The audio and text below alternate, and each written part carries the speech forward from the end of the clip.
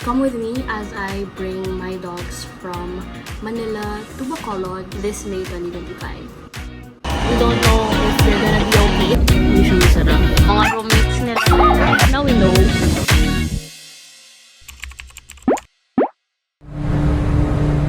So I'm gonna be bringing my dogs from one province to another via boat.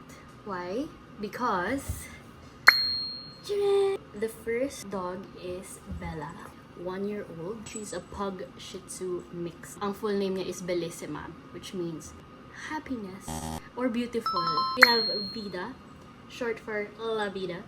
Her name means life in COVID because she was born during the pandemic. While she's a Maltese, very prominent pa din yung snub nose niya, so hindi pa rin siya pinayagan. Kasi tinry ko na yun before. Snub nose dogs are not allowed to travel via plane because they might suffocate and die. Here is the updated list of the requirements, everything that you need to know for pet travel as of April 2025. Just check out their website if may mga updates. I prefer accompanying them because it's going to be a long travel. It's around 18 hours. They only have a designated space. Even if they have their designated space, at least mabivisit. May buhok nila.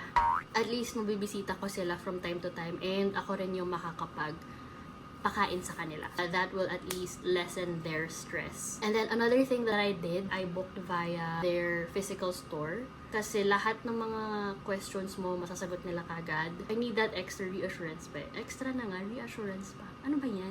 So I'm here to share with you my experience, the process of applying and submitting all the requirements, and then yung experience namin sa To Go. Enjoy! I hope you find this useful.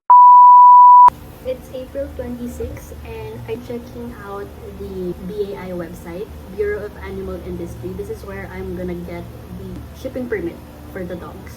Once you open the website, ito yung itsura niya. Click on shipping permit application, but they also have tutorials sa baba. Helpful siya, especially if it's your first time. And then, you'll see the dashboard of your ongoing applications if you have any. Pwede mo siyang balikan. Very intuitive yung interface niya. We are bringing the dogs to the vet for deworming and to get their health certificate for the shipping permit. Welcome back. I've already secured the vet health certificate and napa-deworm ko na rin sila. We left off at the requirements. Now, we want to submit everything since it's complete. Let me just double check. Okay na to. Time to submit. Okay. Now it's waiting time. I saw in their website, I can start submitting the application 3 to 5 days before the departure date, which excludes weekends and holidays. Okay, time check, it is 5:11. Same day, it's already approved. Medyo nag-back and forth kami nung approver. May mga kinailangan ayusin. But all in all, na-approve siya within a few hours lang. 2 hours siguro. Valid until May 21. Let's go! We have a lot of stuff. And then the big cage for the small dog. So it is 5:53. Our ETA is 7 a.m. to Pier 4.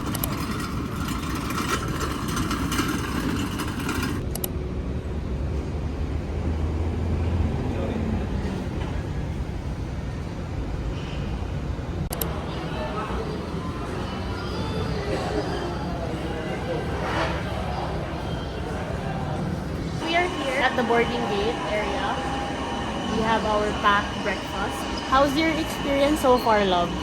It's fast naman. It's 7:46. Nakarating kami ng 7 o'clock. 40 minutes, more or less. Mabilis lang yung process doon sa dogs. Kailangan mo ng porter kung may excess baggage ka kasi sila talaga yung mag-a-assist. We had a lot of stuff, like more than one check-in baggage per person. And they accepted it naman. Wala silang issue. Yun yung isa sa worries ko kasi may dala akong karangan ng mga aso dun sa bahay. Eh, medyo malaki siya. Pero pumayag naman sila. We also left the dogs with our porter, si Kuya Renel. And we're gonna meet them once we board. We don't know if they're gonna be okay. Let's eat. It's only 7:59, tapos mga 12:30 pa kami mag-board. Akala ko kasi they can stay with us while waiting. Sad. Here's another technicality. Nag-apply ako nung shipping permit which was 5 days ago. 3 days lang kasi yung validity ng Bethel certificate. So akala ko kailangan valid din yung certificate pagka-board, which is why I got another one. Pero apparently hindi kailangan. So this will save you money also. So just get one. And it doesn't have to be valid on the day that you leave. Basta valid siya on the day na magsasubmit ka ng shipping permit. And then make sure to bring it. Bring everything, all the documents in hard copy.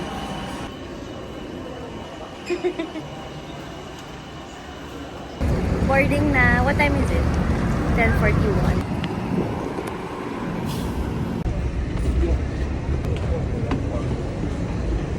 Mabuhay po, welcome aboard po.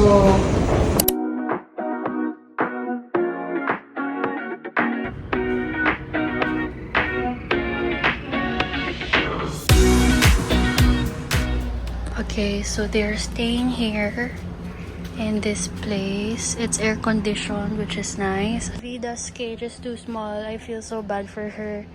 Siguro i-change ko sila. They're also wet kasi nahulog na yung water nila. Ni-refill ko na lang. So, I don't like this. Nilagay ko silang dalawa sa loob. Kasyang-kasya sila. Parang mas relax si Vida. And Bella. Hi, Bella. May newcomers.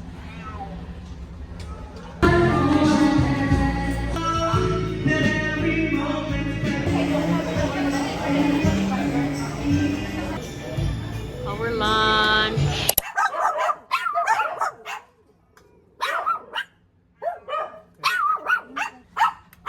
Very good.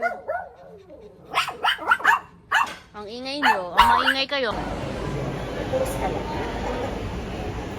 Nakagising lang namin from our nap. Noon sa natulog, 4 o'clock. 4 o'clock din nakaalis yung barko. So delayed kami. They're only gonna serve dinner until 8 o'clock. Haba nung pila kanina. Yes. Ordered chicken afritada and Hans ordered beef afritada. Meron silang jelly, something for dessert. Hindi siya masarap. Hindi ko na siya ubusin. 5 pesos. You get to play for 5 minutes.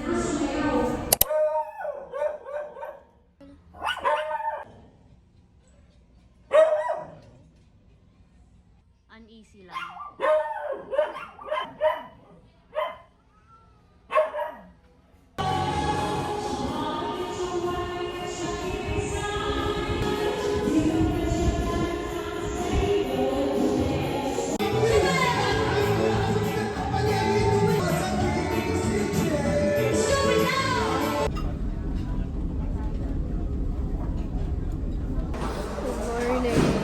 So, lutang. He's also lutang. Nakaabot naman kami ng breakfast. Pina-take out lang kami kasi I don't know why. I also woke up with a headache. Corned beef.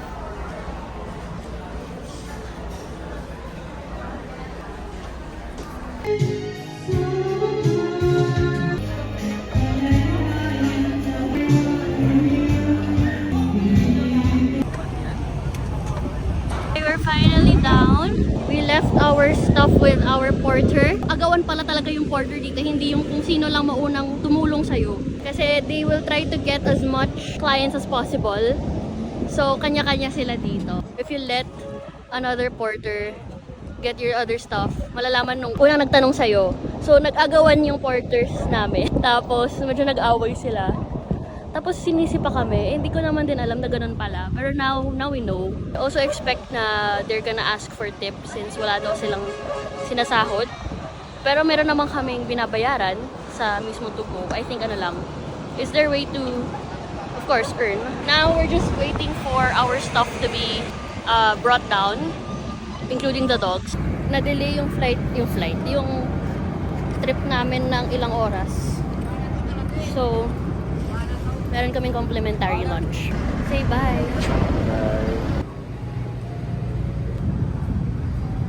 Hello! Hi! Mama! Ano amoy? Amoy wiwi tayo. Bella! Hello! We're now here at Red Cook Port. Pinapabayad kami ng another $9.50 for the porter without a receipt. I understand naman kung kailangan magbayad ulit. But bakit walang receipt? That's what my mom is gonna ask about. We ended up paying still. I gave a tip on top of that. I saw this online. I just hope that they're not taking advantage of people just because no one is calling them out. Yes, it was. We had a pleasant stay. Not perfect, but pleasant. It's the only way to bring my dogs from one place to another na makakasama ko sila. Salamat to go at sa uulitin. Bye!